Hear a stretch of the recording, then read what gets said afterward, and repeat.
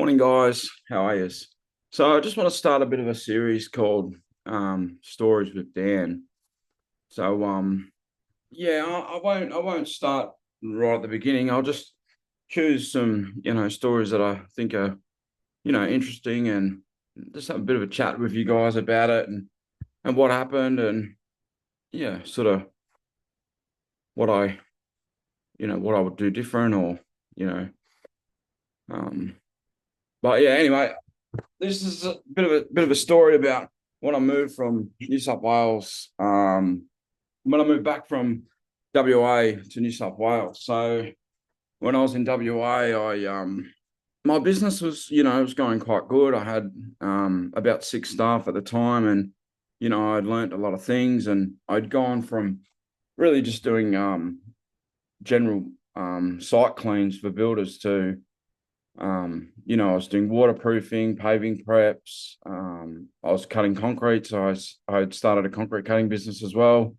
Um, but I was also doing a lot of demolition and strip out. So yeah, one of my guys that I had working for me, he used to have a a concrete cutting business, and he sort of started helping me, learn how to quote jobs off the plan, and builders would give us plans for renovations they were going to do, and we would basically be contracted into to the strip outs, and those types of jobs, they're not massive, but they're normally sort of, I don't know, maybe a week to 2 weeks with two or three guys type of size, so roughly 20,000 to $30,000 jobs, and yeah, they were really good. So anyway, when I moved to New South Wales, I sort of started a demolition business, and I sort of went pretty big pretty quick. I started doing jobs, roughly around that size.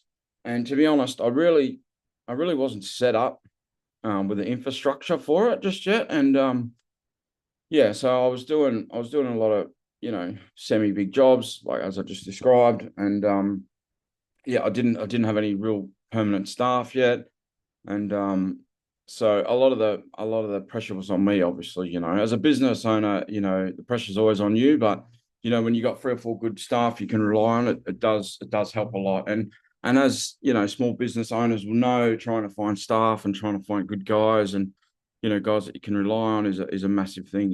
So yeah, I was trying to find some great guys and trying to hire, and yeah, I sort of took off really, really big, really quick, which was great in a sense, but also I probably wasn't ready for it just yet. So anyway, I'll cut to the chase of the story. I had a mental breakdown. So yeah, I was working, huge hours and doing big demolition jobs and strip outs, and yeah, I basically had a mental breakdown. I was really excited about things. I get very excited about things, with the ADHD, and I was listening to a lot of podcasts about business and growth and how I can grow the business. And I was just about to get a yard, so I wanted to do, like, demolition, and then you save all the windows and any doors, or you get a lot of stuff. You know what I mean? Like when I had my demo business in Perth,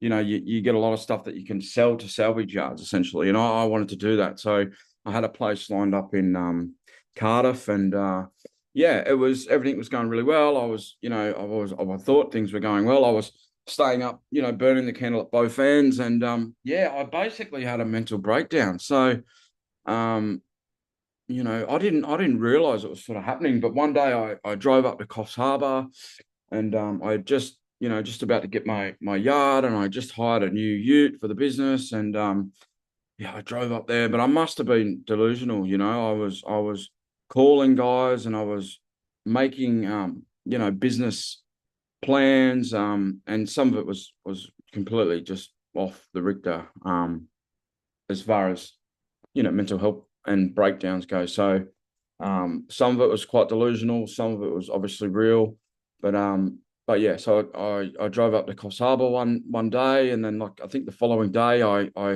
left at about 12 o'clock at the night, and I was speeding all the way home. I don't know how I didn't crash and die. I was just by the grace of God. So I was literally coming down the freeway. I was probably going about 200 k's an hour in the middle of the night, the car ran out of fuel. So I had to leave the car, ditch the car on the side of the road. And then basically I started hitchhiking. It was 2, 3 o'clock in the morning. I don't know what time of day it was, but I think I was around Port Macquarie. So I started asking, trucks to give me a lift. And a lot of the trucks were saying, we would, but they're not allowed to this day and age, but their, policies on their, regulations or whatever. And anyway, I did end up flagging down a bloke.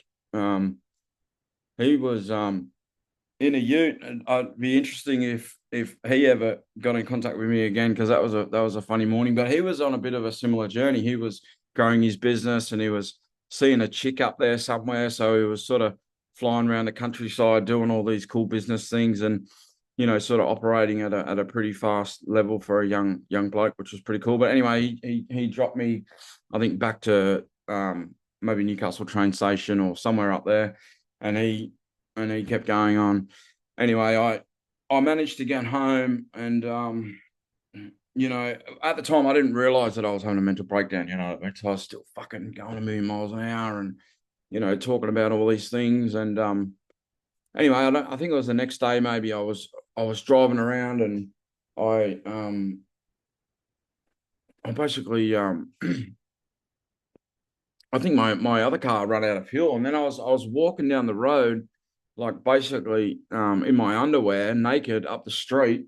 And I was before that I was driving through red lights and just going crazy. It was just a miracle that I didn't hit anyone or kill anyone. You know what I mean? So I was driving crazy, going through red lights.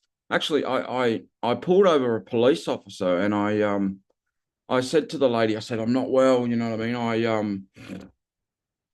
Excuse me. I said to the lady, I'm not well. I need to be arrested. You know what I mean? I'm having a mental breakdown, and I was talking about my kids, and I don't know where my kids are, and blah blah blah. I was just off the Richter. Anyway, the cops did end up catching up with me. This is maybe an hour later or whatever. I was walking down the road. I was walking in my underwear.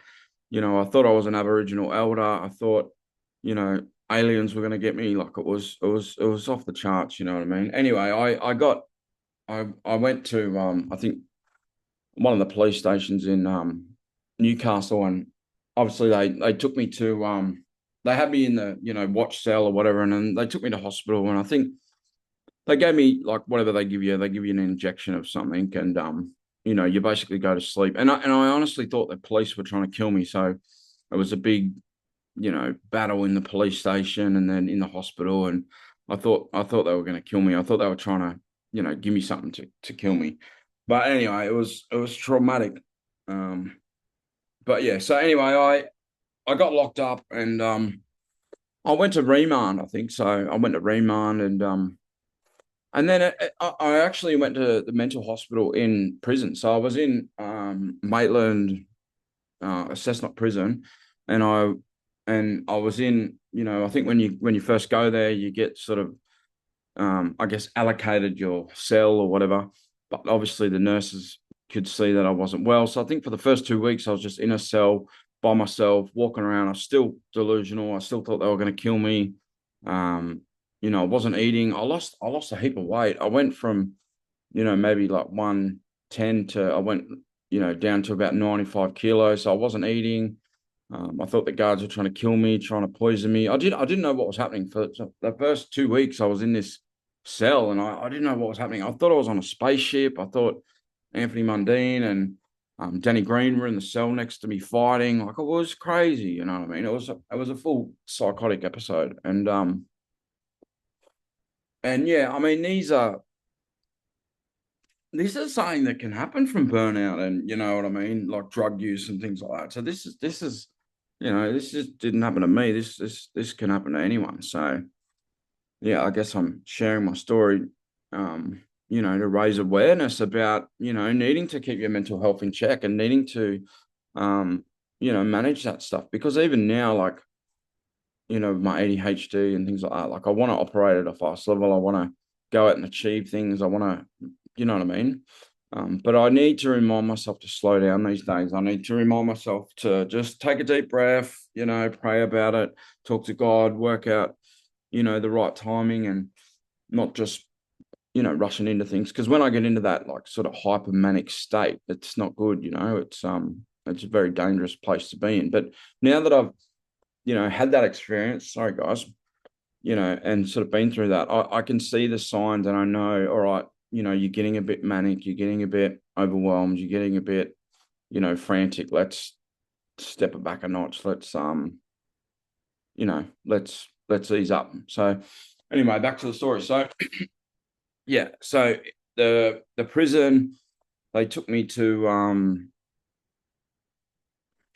Maitland Hospital.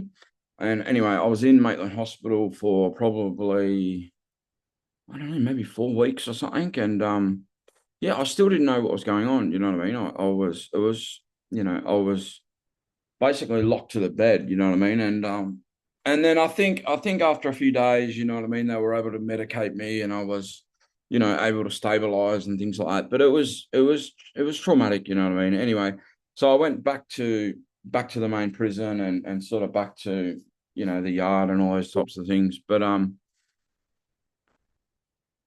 yeah, and I was able, I sort of slowly came good. And I had court sort of pending and that sort of thing, and I think I did video link, but I knew I would have been able to beat the charges from like mental health, because I had a mental breakdown. You know what I mean? It's not. I mean, I guess it could be a criminal offence, but I could have beat the charges under, Section 32 or whatever it is, Mental Health Act. But I knew that if I pled guilty, I hadn't been in trouble with the police, for a long time. I'd been, relatively productive member of society, and I pled guilty, and to charges of dangerous driving and drug driving and assault. Those were my charges. So I pled guilty, and they basically let me out and gave me a community corrections order. And I did, I think, maybe 80 hours of community service, or maybe 100 hours. I don't know. This is about 5 6 years ago. But yeah, I mean, look, this is just one of my stories. You know what I mean? It's life. It's not all pretty. It's not it's, some of this stuff is yucky, but I don't know. I feel like, going through all these things and, all these different life events, it's able to give you, compassion and empathy, and, you can relate to people. And yeah, at the end of the day, I want to spread awareness for mental health, um, and yeah, I want to create a platform that uplifts people, and yeah, but to do that, you know what I mean? I feel like I can, well, share some of my stories and my testimony, but yeah. All right, guys. Well, that's sort of the quick story. That's one of my stories. I've got many other stories, but thanks for listening, guys. Thanks for tuning in. We'll see you soon. Don't forget to leave a like, subscribe, and comment. And yeah, that just helps the algorithm. But thanks heaps, guys. We'll see you on the next one. Bye.